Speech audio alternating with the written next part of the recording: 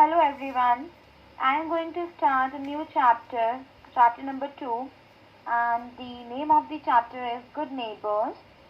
And this chapter is wrote by Tara Banville. She is a teacher who writes fiction for children.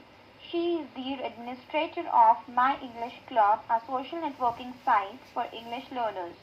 Her published book, Proper Order of Things, has received a good response from her readers. So this chapter name is Good Neighbors. So my first question is, do you have friends in your neighborhood or how do you spend time with them? Think about these questions. So students, this Good Neighbors chapter is all about the two children. So let us read about two children from the same neighborhood who become friends. So after reading this chapter, we will know that how will they become friends. So after school one winter day, Jack's mother told him to go out and play in the snow. But it's so cold outside, mother, Jack said. Put on your coat and your hat and your gloves, his mother said.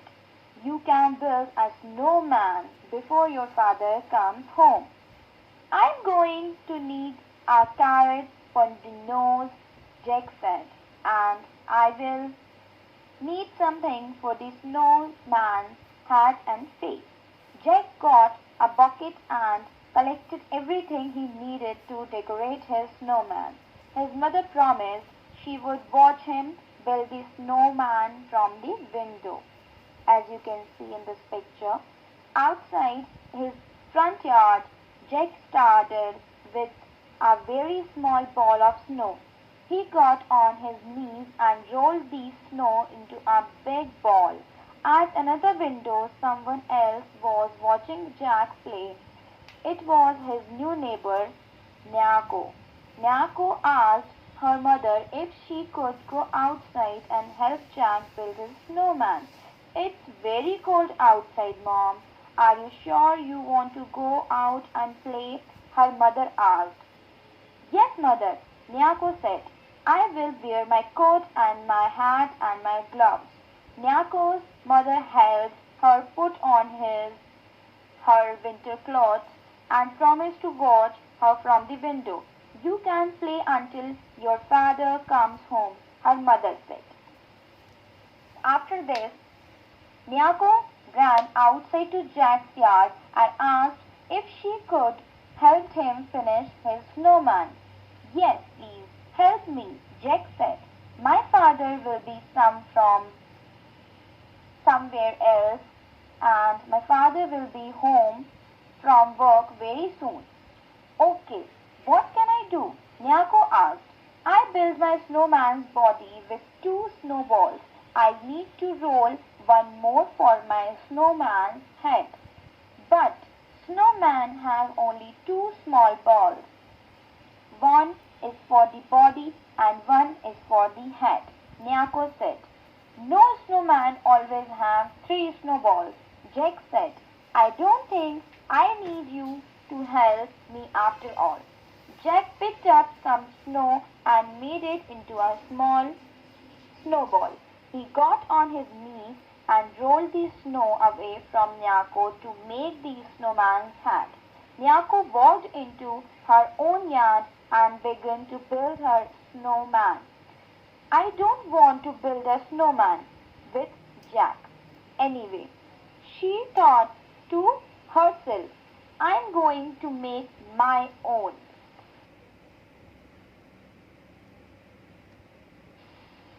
After that, what will happen?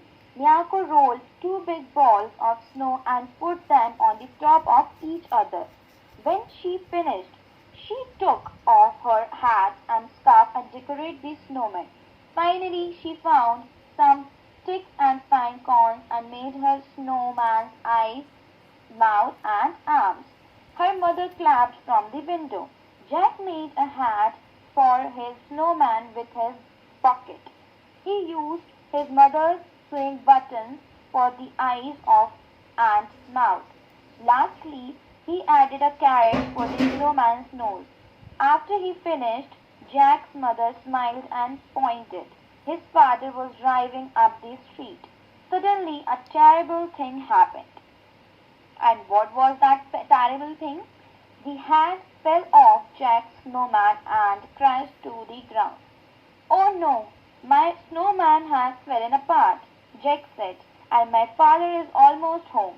Nyako heard Jack's cry and ran over to his yard to see what was the problem was. I will help you roll another snowball, Nyako said. If we do it together, we can finish it before your father gets home, Nyako said. After this, together Jack and Nyako rolled a new snowball. They shaped it with their gloves until it was round. Then they lifted it up onto the snowman's body and decorated it with the carrot and bucket and buttons. We finished it just in minutes, Jack said. Thank you so much for your help. You are welcome. I like your snowman better, Nyako said. Mine doesn't have a nose. Jack walked over to look at Nyako's snowman. He loved the pine cone, eyes and mouth and the sticks for arms, but he knew it wasn't finished. Jack ran back to his snowman and pulled the carrot out. He broke it into two pieces and gave half to Nyako. Hurry, Jack said. Your snowman needs a nose and your father is driving up the street too.